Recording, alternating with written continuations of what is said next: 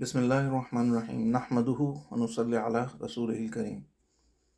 علامہ بغوی رحمۃ اللہ علیہ نے نقل کیا ہے کہ سعید بن جبیر رضی اللہ تعالیٰ عنہ نے حضرت ابن عباس رضی اللہ تعالیٰ عنہ سے روایت کیا ہے کہ جب ابراہیم علیہ السلام نے ہاجرہ اور اسماعیل علیہ السلام کو مکہ میں چھوڑ دیا اور اس قصے پر ایک مدت گزر گئی اور وہاں جرہمی لوگ آئے اور اسماعیل علیہ السلام نے ایک جرہمیہ عورت سے نکاح کر لیا۔ ایک روز ابراہیم علیہ السلام نے اپنی بیوی سارہ علیہ السلام سے ہاجرہ کے پاس آنے کی اجازت چاہی۔ انہوں نے اجازت دے دی، لیکن شرط یہ کر لی کہ وہاں اتریں نہیں۔ ابراہیم علیہ السلام مکہ تشریف لائے۔ اس وقت ہاجرہ علیہ السلام کی وفات ہو گئی تھی۔ آپ حضرت اسماعیل علیہ السلام کے گھر پر تشریف لائے اور حضرت اسماعیل علیہ السلام کی بیوی سے دریافت کیا، تمہارے خاوند کہاں ہیں؟ اس نے کہا، شکار کو گئے ہیں۔ ابراہیم علیہ السلام نے پوچھا کہ تمہارے پاس کیا کچھ کھانے پینے کی شے بھی ہے؟ اس نے کہا، میرے پاس کچھ نہیں۔ پھر ابراہیم علیہ السلام نے اس کے گزران کا حال دریافت فرمایا۔ اس عورت نے کہا کہ ہم تو بڑی تنگی اور سختی میں ہیں، اور بہت شکایت کی۔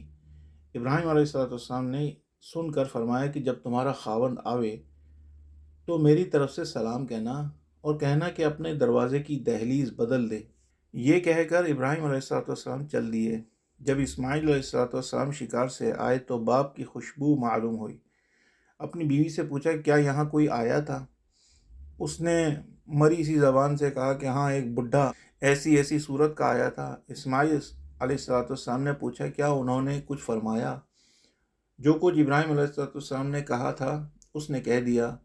اسماعیل علیہ السلام نے کہا، وہ میرے پدر بزرگوار تھے اور تجھ سے علیحدہ ہونے کا حکم فرما گئے ہیں، اس لیے اب تو اپنے گھر جا، میں نے تجھے طلاق دی۔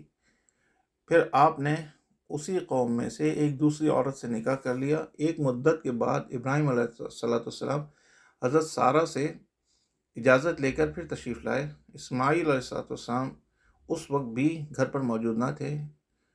اس نئی زوجہ سے پوچھا کہ تمہارا خاوند کہاں ہے؟ کہا، شکار کے لیے گئے ہیں اور اب انشاءاللہ تعالیٰ آ رہے ہوں گے، آپ تشریف رکھیے۔ ابراہیم علیہ السلام نے دریافت کیا کہ کچھ کھانے پینے کی چیز بھی تمہارے پاس ہے؟ کہا، ہاں، بہت۔ اسی وقت دودھ اور گوشت لائی۔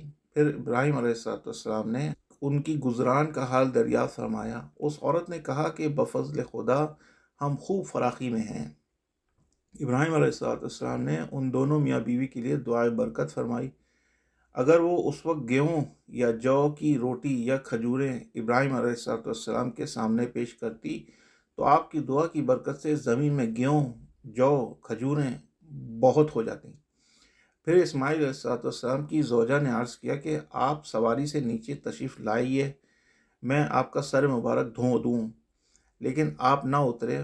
وہ فوراً ایک پتھر یعنی مقام ابراہیم لائی اور اس کو دائیں طرف رکھا۔ ابراہیم علیہ السلام نے اس پر اپنا قدم مبارک رکھا، اس نے سر کی دائیں جانب دھویا، پھر پتھر کو بائیں طرف رکھا، آپ نے اس طرف جھک کر بائیں جانب دھویا، اس پتھر پر آپ کے قدم مبارک کا نشان ہو گیا۔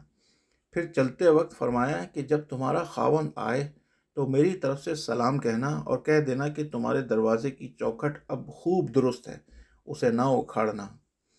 جب اسماعیل علیہ السلام گھر تشریف لائے تو باپ کی خوشبو معلوم کر کے پوچھا، کوئی یہاں آیا تھا؟ زوجہ نے عرض کیا کہ ہاں، ایک ضعیف سے آدمی بڑے خوبصورت اور بڑی خوشبو والے آئے تھے اور میں نے ان کا سر دھویا اور دیکھیے، اس پتھر پر ان کے قدم کا نشان ہو گیا۔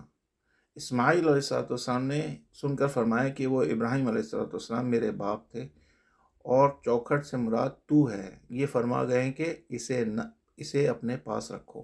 پھر چند روز کے بعد ابراہیم علیہ السلام تشریف لائے۔ اس وقت اسماعیل علیہ السلام زمزم کے قریب ایک درخت کے نیچے تیر تراش رہے تھے۔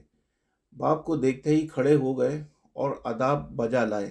انہوں نے دعائے خیر کی۔ پھر ابراہیم علیہ السلام نے فرمایا، اسماعیل، مجھے اللہ تعالیٰ نے ایک بات کا حکم دیا ہے، تو میری اس میں اعانت کیجو۔ اسماعیل علیہ السلام نے عرض کیا، میں ضرور امداد کروں گا۔ ارشاد ہوا، فرمایا اللہ تعالیٰ نے ایک گھر بنانے کا حکم دیا ہے۔ یہ کہہ کر ابراہیم علیہ السلام مستعد ہو گئے اور خانہ کعبے کی بنیادیں اٹھائیں۔ اسماعیل علیہ السلام پتھر لاتے تھے اور ابراہیم علیہ السلام بناتے تھے۔ جب دیواریں بلند ہو گئیں تو اس پتھر یعنی مقام ابراہیم علیہ السلام کو لائے۔ ابراہیم علیہ السلام اس پر کھڑے ہو کر تعمیر کرتے اور اسماعیل علیہ السلام بدستور پتھر پکڑواتے اور ربنا تقبل منا انک انت السمیع العلیم پڑھتے جاتے۔ رسول اللہ صلی اللہ علیہ وسلم نے فرمایا کہ رکن اور مقام یہ دونوں جنت کے یاقوت ہیں، اللہ تعالیٰ نے ان کا نور سلب کر دیا ہے، اور اگر ان کا نور رہتا تو یہ مشرق سے مغرب تک روشن کر دیتے۔ اللہ تعالیٰ عمل کی توفیق عطا فرمائے۔ وآخر دعوانا ان الحمد للہ رب العالمین۔